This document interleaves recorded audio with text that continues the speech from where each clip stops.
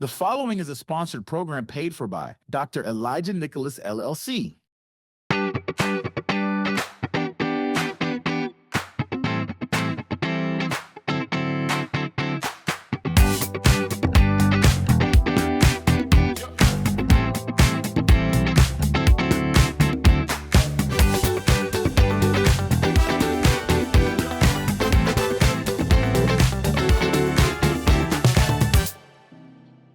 Welcome, everyone. My name is Dr. Elijah Nicholas, and this is Focal Point. We're not your average talk show. Focal Point is where we zero in on the voices shaping our world. That's change makers, truth tellers, and everyday heroes who lead with passion and power. In the next half hour, we're diving into wellness, wisdom, and pure inspiration with an incredible lineup. With Marissa Miller, a trailblazer, sharing her powerful journey in the new documentary, All the Broken Pieces. Earl the Pearl, star of Bravo's Love Hotel, is here to spill the tea on finding love again after loss. Dr. Jaffe, he and I have a powerful conversation about artificial intelligence in healthcare. Will it reshape the future of mental health and addiction recovery? Asiaa Karriem and E. Jones, the dynamic duo behind a brand new tequila that took 5 years to perfect. And let me tell you, it is top shelf.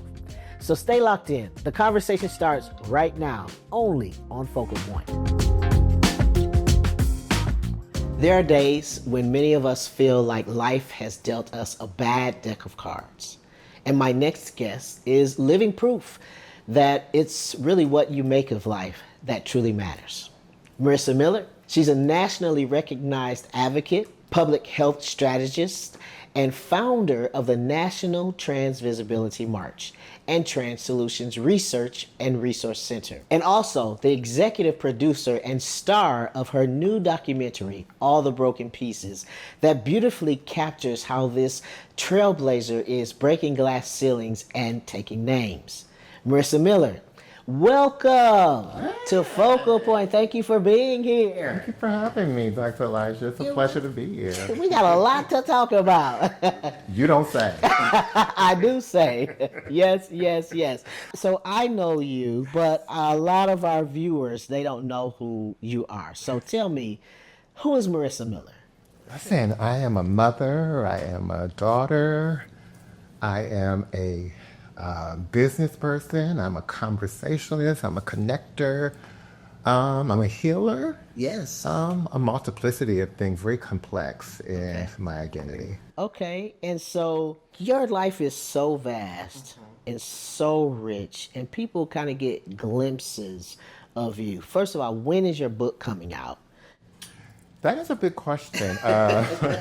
Listen, when I started the documentary, I think my perspective about how I wanted to tell my story was a little different. I think I was coming out of a broken relationship, and I think I was coming out of some very difficult periods of my life, bitter periods of my life. So when I initially wrote the book was written with things that, as I've grown, I don't necessarily think need to be told or need to be highlighted. And so I was talking to a friend, and a friend said, well, do people really know you enough for you to just put a book out? And it was a suggestion that I do a documentary first. And that's how we got to the documentary. Yes, documentary, All the Broken Pieces. So tell, for the viewers who have not seen All the Broken Pieces, give us just a glimpse of All the Broken Pieces and really how it came to be. Well, All the Broken Pieces is a compilation of my life from childhood to sort of settling, if you will, in my professional career. And so I knew that I was coming to a very pivotal part of my life. I've been in public health and doing the work for at least 25 years. And I wanted to tell my own story. Often, trans and non-binary people don't have the opportunity to tell our stories. There's usually somebody in a room telling our stories for us. And so I wanted it to be on record. I wanted it to be right. Yes. I wanted people to see it and challenge it while I'm here and then enjoy it when I'm gone. Okay, awesome. So far you've been all around the world. You've been to Atlanta, you've been to LA, you've been to New York. I hear you're going to Dallas soon. What has been the biggest takeaways for the audience, first of all, and then for you. So what are people saying about the documentary? I think and thank you for that question. I think the biggest part of what I hear from people is thank you for your honesty. Thank you for sharing, because it's a piece in the documentary where I detransitioned to go home to see my mom.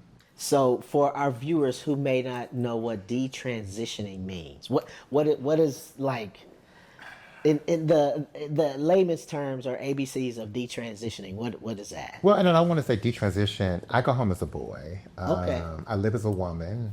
My mom wants her son when I come home, and I made a decision early on in my transition that I was not going to sacrifice my family for my transition. And I have to honestly say that I didn't dislike him. I love Marlon. Like Marlon.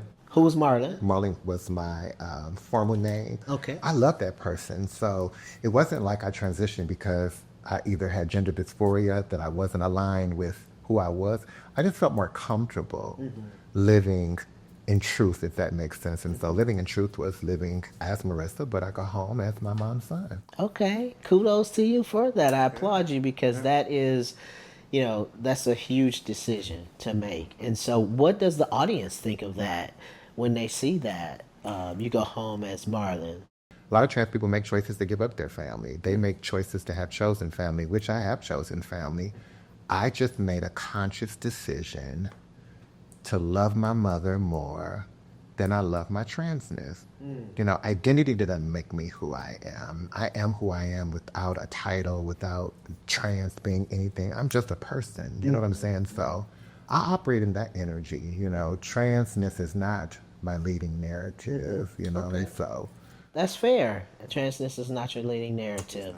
And so the audience, what's another thing that they take away? They learn that you go home as Marlon. And I think they were really impacted by, I often share the journey that I've been living with HIV for 32 years. And so being able to destigmatize conversations around medication adherence, being able to show how I got to adherence. It was a pharmacist named Eric, in Indiana, who calls me every day at a certain time. And so I wanted to share, those more vulnerable parts of me. Because I think when you're a national leader, people have an expectation of you that is sometimes unrealistic. They don't know that it's a real side to you. And so I wanted to show all of me. And a lot of the pieces were broken. And so that's why it was titled All of the Broken Pieces. Okay, wonderful. So as we close up, what words of inspiration might you have for our audience today? I think I have the same inspiration word, and it's push. Pay attention, understand what you're paying attention to, sustain the information, and heal and hush. That's it, push. Yes, push. Marissa Miller, it's been wonderful having you here on Focal Point. Thank you for joining us here on Focal Point. To learn more about Marissa and her new documentary, All the Broken Pieces, you can visit the website on screen now, as well as her social media pages, to keep up with all of the incredible work she's doing. We'll be right back. Ready to elevate your next event? Our venue is where flexibility meets style. With flat screen TVs, drop-in spaces, and private office, ceiling the floor drapes, and classroom spaces, it's perfect for conferences, meetings, and parties with free parking. Contact us today and make your event one to remember. Game Changing Men Event Venue is where purpose meets power.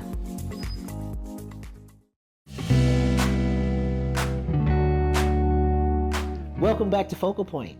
I'm Dr. Elijah Nicholas. If you've seen Bravo's hottest new show, Love Hotel, then you'll recognize my next guest, Earl Thompson, better known as Earl the Pearl. He made a splash on screens when he developed a connection with the Real Housewives of Orange County star Shannon Storm's beater.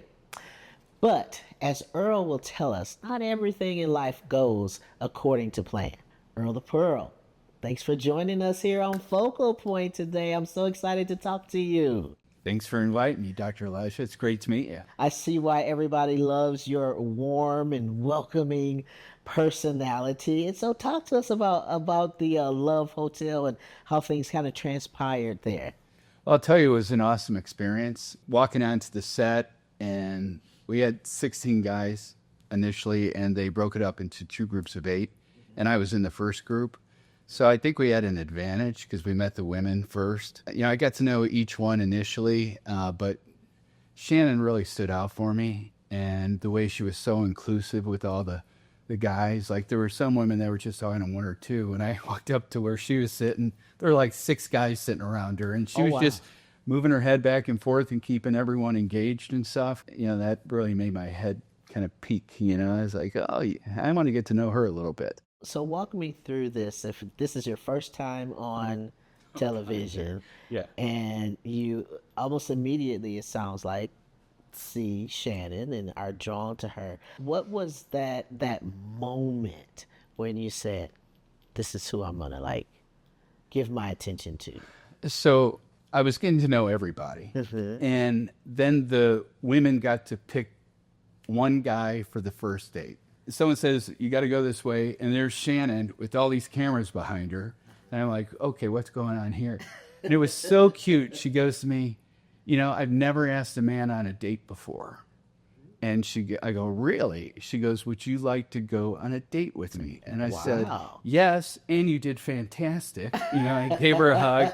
And that's kind of how it started with me and her. We were just talking, and we started sharing stuff. She shared about her DUI. I shared stuff about, you know, my late wife. And we held hands for the first time there, which was really nice. So you gave her something new. Yeah, something new.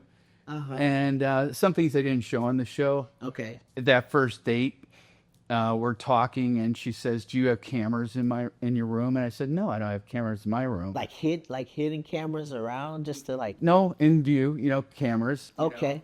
And I said, do you have them in your room? She goes, yes. In the living area, we have a camera in each corner. Okay. But there's none in the bedroom. And I said, so we have options. And literally 40, 50 people in the room, the crew burst out in laughter. Yes. So she did too. She just burst out in laughing. Yes. So at the end, we stood up and I go, would you like to dance? And she says, there's no music. And I said, it doesn't matter. So I grabbed her hand and I started singing to her, slow dancing, swaying to the music. Oh, that is so nice. And it was a wonderful little moment. So in that one date, they showed one clip of us, but we had 3 separate moments that really made us bond pretty well. Absolutely. So let me find out here, Earl the Pearl. You're the romantic one. I am a little romantic, yeah. You got it. It sounds like you got it going on there. So what a lot of people don't know about is your background in law and psychology. And so how did that background help you on The Love Hotel? Well, I think I was kind of a born counselor. You know, people would always come to me and talk, and I've always been very empathetic. So I wasn't surprised when she opened up right away about the impact the DUI had on her and her family and how proud she is for how far she had come up to that point. Most of the time, we're just laughing all the time. And I really love making people laugh. So, and to see her just throw her head back with laughter and being giddy and, you know, blushing. And you got the gift.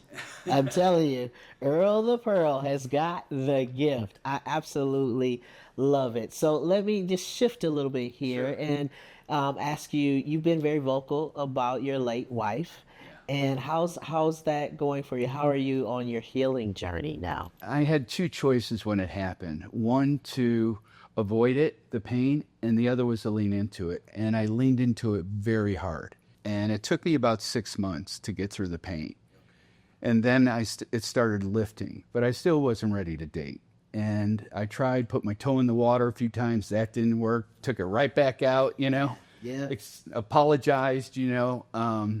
But by the time the show came around, I was ready to date. What I didn't realize on the show that would happen is some prior relationships, because my wife and I had a fantastic marriage. But it's beautiful. The marriage before that, not so fantastic. So landmines started popping up where Shannon would say something, and I didn't like being talked to that way, so I'd say something back, and that was a landmine from before. And that reminded her of some other relationships, and I understood that completely. So I knew to fall on the grenade and go, look, here's my my part in it, and I'm really sorry. It's not your fault that I had these landmines. I didn't see them coming, but they came. We never see them coming. We No, never see the no, that's why they're landmines. Absolutely. Thank you for sharing that with us, and thank you for sharing that. I'm sure our viewers will be blessed by your transparency and vulnerability.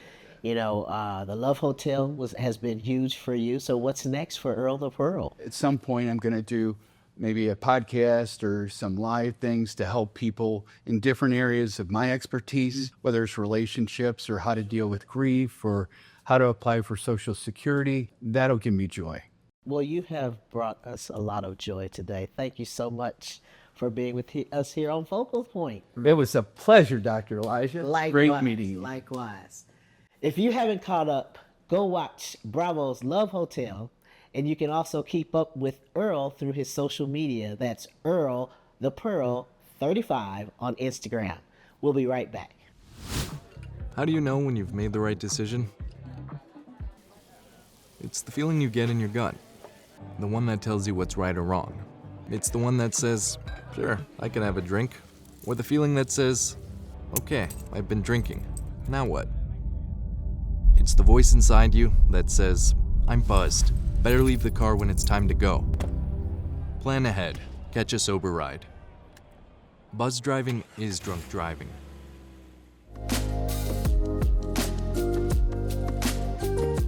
As an artificial intelligence or AI becomes woven into the very fabric of our daily lives, this new tech is already being widely adopted by healthcare professionals at record speed. Based on a recent AMA survey, 2 in 3 physicians are using AI in their practice. This includes everything from documentation to research and development, with the practical uses for AI growing by the day.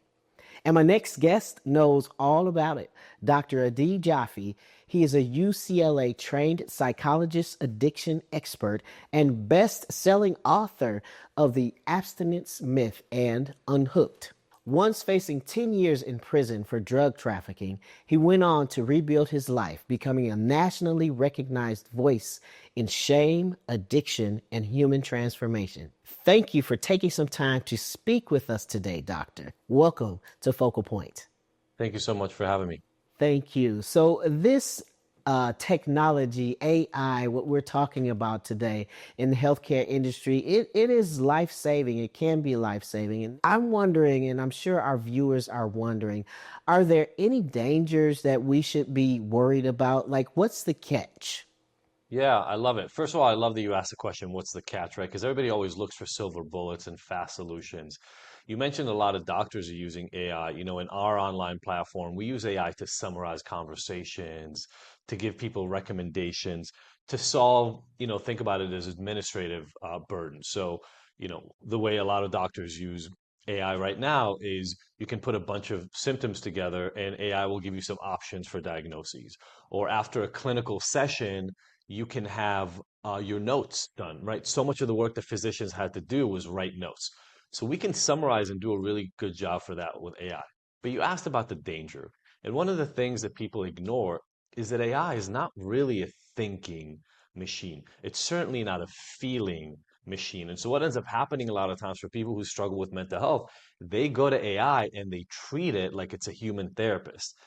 But AI doesn't have experience. It has no real empathy. People forget that AI hallucinates.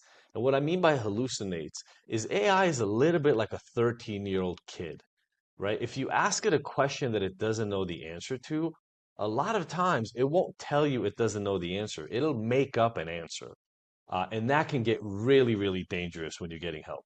When we think about AI giving out the wrong recommendations or giving out incorrect data, if we're talking about, ethics and responsible considerations, what are things that we should think about when we look at AI usage? So 2 different ways that I tell people that they can use it, right? The first one is if you know what you like therapeutically, if you know you like meditation, or you know you like cognitive behavioral therapy, or you know you need a little help regulating your feelings and your emotions, you can come to ChatGPT or AI and say, here's what I'm struggling with. can you give me a cognitive behavioral therapy exercise to do? ChatGPT will be really good at that. The second piece that I think is still really useful is you can practice how to have a conversation about something that is really hard for you. Any of us listening right now who's been in a relationship knows that a lot of times you have conflict in your relationships and maybe it makes you stressed out or anxious. ChatGPT can be really good to practice a conversation and hey, I'm thinking of saying this to my partner. Here's what we're struggling with. What about this? And you can kind of practice this conversation so you have something to, bounce ideas off of. But then you have to take that into the real world later and then have the real conversation in life. Wonderful. So it sounds like it's not or shouldn't be used as the end all be all, if you will, but kind of a tool in our toolbox and not the only solution to especially diagnosing healthcare and what we have going on. Yeah, I think that's true for the vast majority of people. Although I like you said, if the option is between nothing or talking to AI, go talk to AI, right? If you have barriers, just remember that it's limited and don't take everything it says at face value. Dr. Adi Jaffe, this has been such an enlightening conversation. Please come back and join us again sometime. We would love to have you here. Thank you so much for having me. We'll be right back. Welcome back. Here on Focal Point, we're all about showcasing small business owners doing big business. And my next two guests are doing just that, all while embracing the spirit of summer. Asiaa Karriem and E. Jones ran the Wing Bar ATL for a decade before this dynamic duo decided to disrupt the liquor market by launching their tequila brand, ReyaLibre. Now they are here in studio with me to show off some signature cocktails so you can level up your sip game this season. Asiaa and E, how y'all doing? How you doing, Bro, we haven't had any tequila just yet. I'm about to knock the table over already. But it's so good to see y'all. Thank y'all for coming. So before we turn up with this tequila, I just want to know, because I've watched y'all journey and I've watched you all just blow up Wing Bar ATL. So what made you go from wings to tequila? It sounds like a great combination, by the way. It is a great combination. One day we were traveling. This was 2019. We were traveling in Australia with a bunch of friends. And while in Australia, we realized that there was pretty much only one or two brands that they carried. And we just happened to be in bed one night and was like, man, we should just make our own tequila. Yeah, pillow talk. Yeah, and then we looked like, we should make our own tequila. Yes. So even from the Wing Bar, it was a concept that she came out of a gig one night and said, we should just start a wing restaurant. Yeah. And we did. 10 years, a decade of success in that. And it was a lot of celebratory nights. It were a lot of celebratory nights, toasting. Yeah. And in our celebratory nights, we didn't have a tequila that we could mutually share. Wow. Yeah. Wow. Talk to me about how the name came up and what ReyaLibre, did I say it right that time? What ReyaLibre means. We wanted to make a brand that was more than just a spirit. It is a movement for people to live authentically and live life on your own terms and not to accept anything less than what you want. Real means true. Libre means free.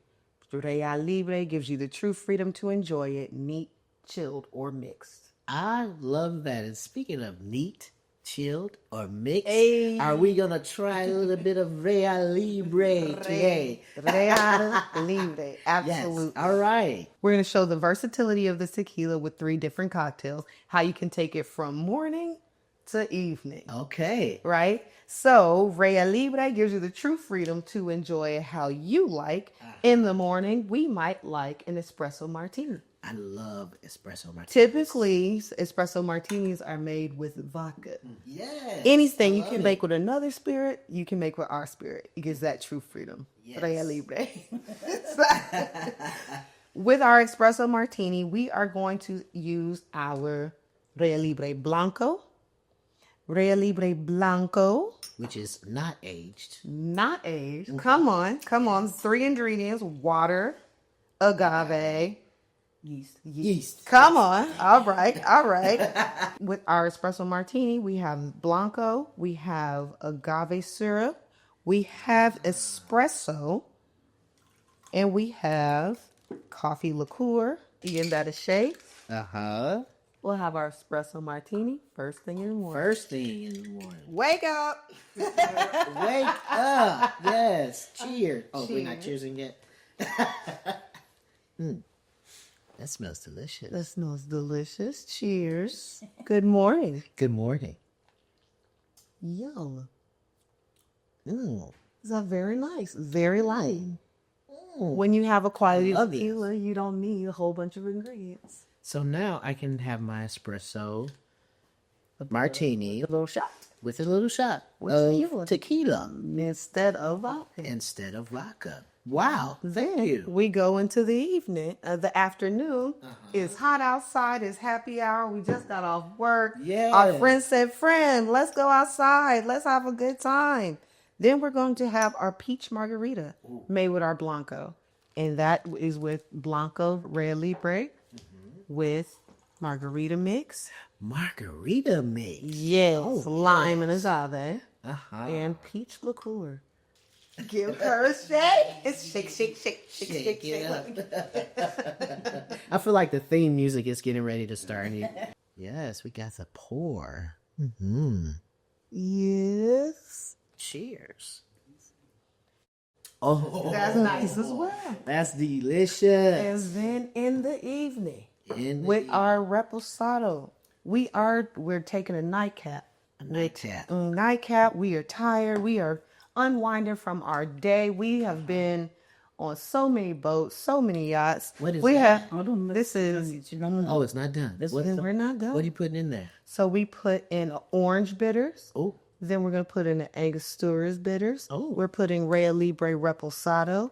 And then we're going to put in some agave syrup and a cherry. cheers. Cheers. Cheers. Yes. I'm sold. This is delicious. You all have to try this. Well, we love to see a thriving Black business, a thriving queer business. We wish you both continued success. Thank you so much for joining us today on Focal Point. Thank you so much for having us. You're welcome. If you at home are feeling thirsty after watching us make these drinks, visit ReyaLibreTequila.com to try it for yourself. You can follow along with their signature recipe book and sign up for the many events that they will be hosting this year. Cheers, ReyaLibre. Thank you so much for tuning in to another episode of Focal Point. If you want to watch more Focal Point content, head over to our YouTube page for full episodes, live streams, and so much more. You can also listen to extended versions of our interviews on Focal Point Podcast on Spotify, Apple Music, and Amazon Music. Until next time, I'm Dr. Elijah Nicholas, and this has been Focal Point.